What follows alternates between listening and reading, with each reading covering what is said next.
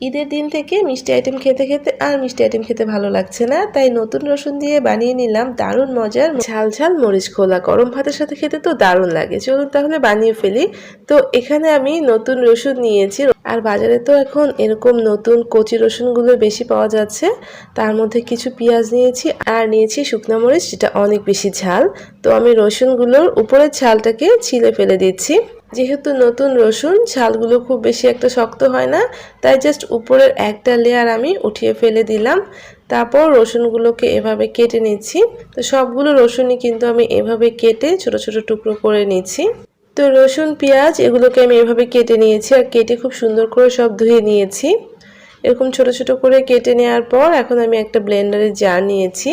তার মধ্যে প্রথমে কেটে রাখা রসুনগুলো দিয়ে দিচ্ছি, আর রসুনগুলোকে খুব ভালো করে ব্লেন্ড করে পেস্ট করে নিচ্ছি। অল্প একটু পানি দিয়ে দিলাম যাতে খুব ভালোভাবে পেস্ট হয়। তবে কি এখানে পেঁয়াজের তুলনায় রসুনের পরিমাণটা একটু বেশি দিতে হবে। তো রসুনটা ভালো করে বেটে নিয়ে এসে একটা বাটির মধ্যে আমি ঢেলে নিয়েছি। তারপর ওই জারের মধ্যে আমি শুকনা মরিচ আর পেঁয়াজগুলো একসাথে দিয়ে দিচ্ছি। তারপর এর মধ্যে আমি আরও 2টা শুকনা মরিচ বেশি করে বাড়িয়ে দিলাম। তারপর আবারও ব্লেন্ড করে নিচ্ছি। এই পেস্টটা একদম মিহি হবে না, একটু দানা দানা থাকলে সমস্যা হবে না। দেখেন আমি কিভাবে পেস্টটা করে নিয়েছি। এটা কিন্তু একদম মিহি পেস্ট হয়নি, একটু দানা দানা ভাব রয়েছে। এভাবে পেস্টটা করে নিয়েছি। চুলায় প্যান বসিয়ে দিয়ে আমি এর মধ্যে এখন দিয়ে দিচ্ছি সর্ষের তেল। একটু বেশি পরিমাণে এখানে সর্ষের তেল দিতে হবে। তারপর প্রথমে আমি রসুন বাটাটা দিয়ে দিলাম। এখন এই রসুন বাটাটাকে নেড়েচেড়ে 1 মিনিটের মতো একটু ভেজে নিচ্ছি। তো হালকা একটু ভেজে নেওয়ার পরে এখন এখানে দিয়ে দিচ্ছি পেঁয়াজ মরিচ বাটাটা।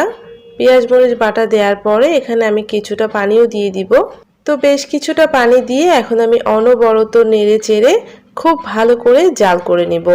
একটু বেশি করে পানিটা দিবেন, তাহলে দেখবেন যে ভর্তাটা অনেক বেশি সফট হচ্ছে আর ভেজে নেওয়ার সময় খুব বেশি লেগে যাচ্ছে না। এখন এর মধ্যে আমি লবণ দিয়ে দিচ্ছি। আমি প্রথমে 1 চা চামচ দিয়েছি, পরে আবার স্বাদ মতো দিয়ে নিব। এখন আমি অনবরত নেড়ে চেড়ে জাল করে যাব।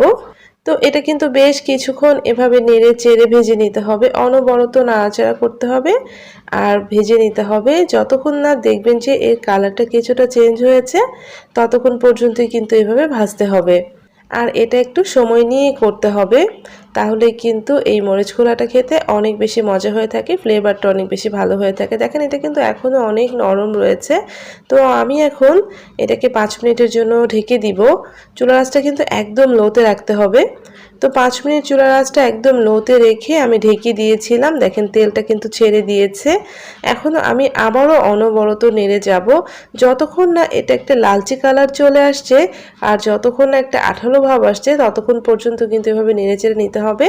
আর এখানে কিন্তু একটু বেশি পরিমাণে তেল অ্যাড করতে হবে। আমি আবারও কিছুটা সরষের তেল অ্যাড করে দিয়েছি, আবারও নেড়েচেড়ে নিচ্ছি। আর কিছুক্ষণ নাড়তে নাড়তে দেখবেন যে এটার কালারটা ঠিক এইরকম লালচে হয়ে গিয়েছে, একদম টকটকে লাল হয়ে যাবে।